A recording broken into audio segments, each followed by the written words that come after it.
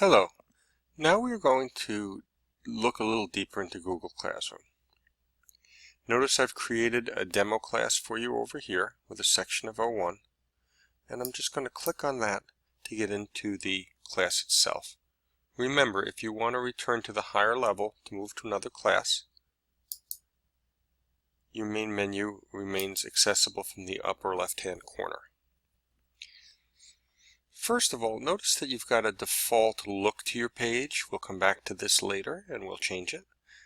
In Google Classroom, one of the real advantages or positives of this is the simplicity of the system.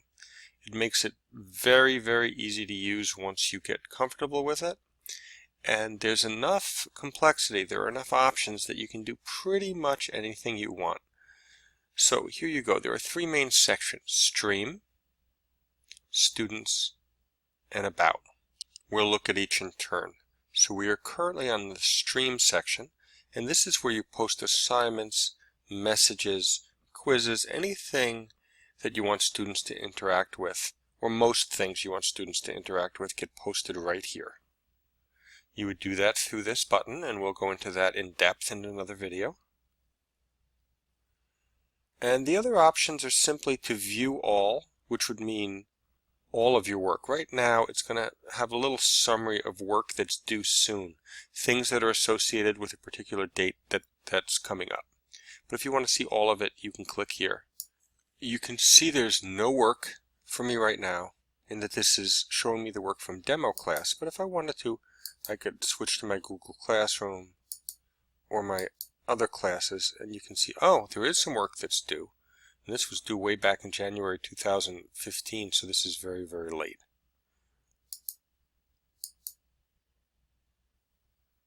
Or you can see it as in all classes combined. So this is showing you a combined view.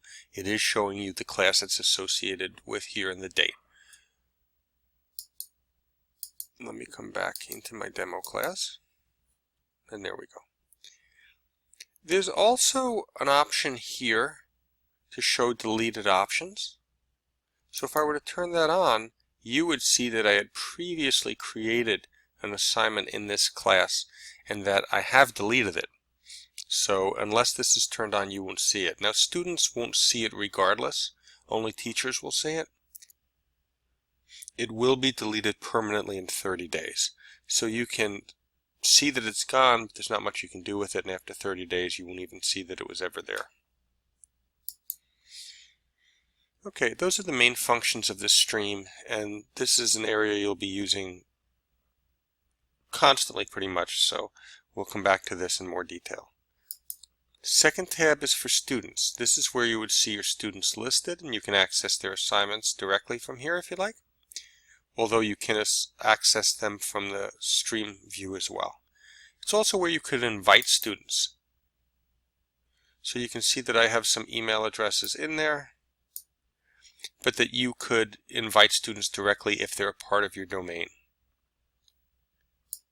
Now note that there's also a code on the left, and this is the easiest way to have students enter your class. Simply give them this code, have them go to Google Classroom signing in with their district Gmail account.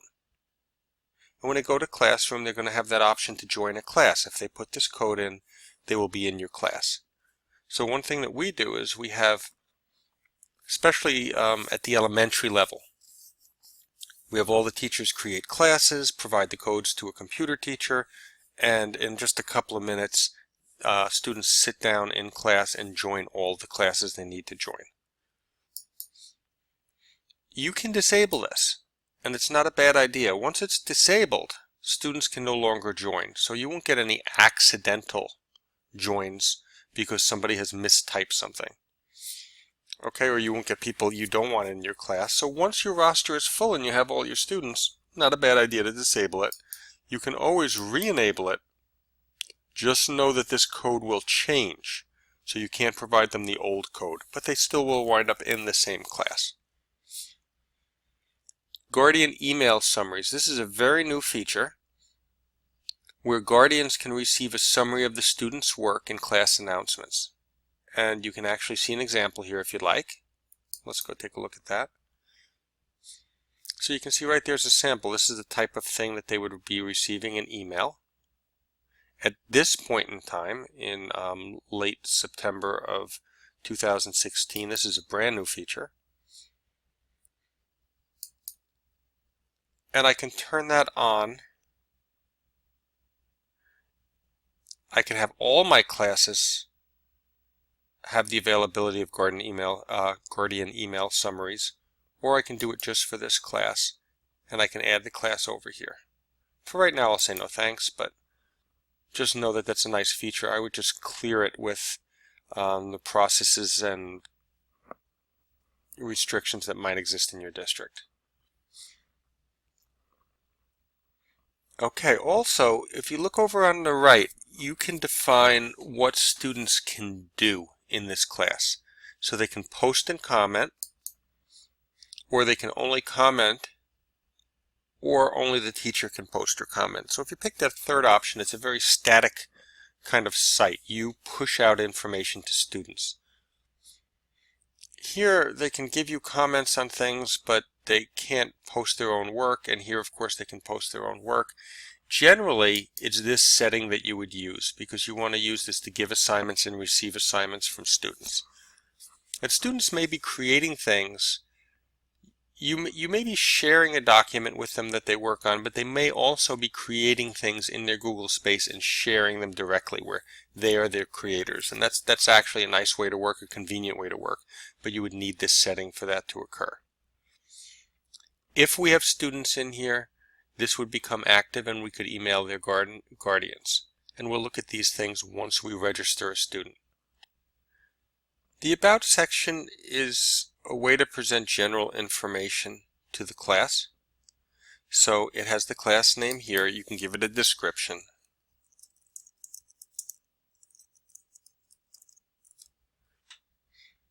Okay, that is optional. You don't have to do that. You can also give an optional location if the class is actually meeting.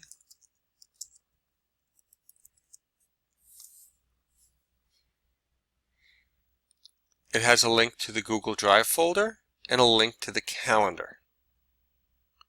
So here you're going to see the calendar in its Google Classroom view, where if you use this link, you'd actually go to the calendar in your Google Drive. So you can see here that a demo class 1 has been created. This calendar has been created in my space. I didn't do anything to create this outside of create the class in Classroom.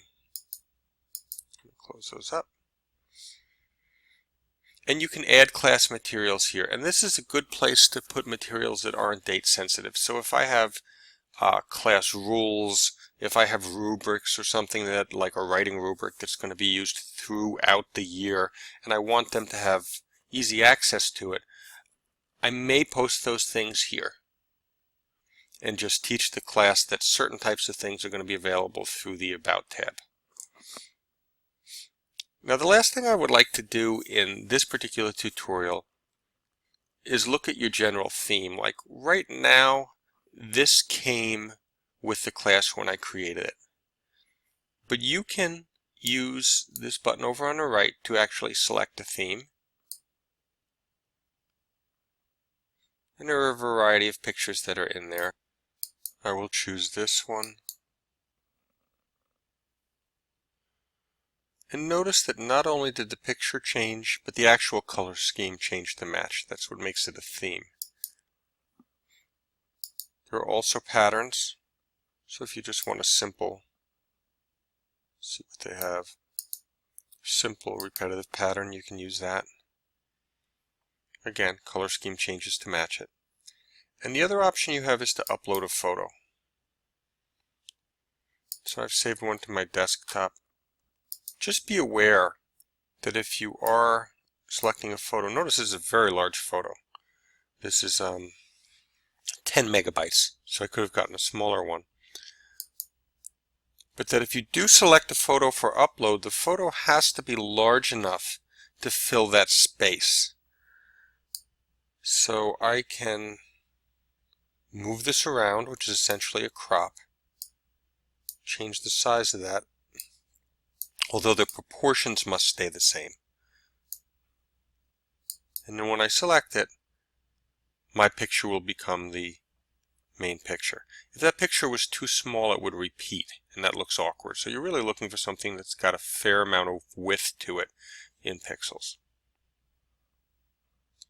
Okay, those are the basics, and when we come back, we're going to have a student join a class, and we're going to look at assignments.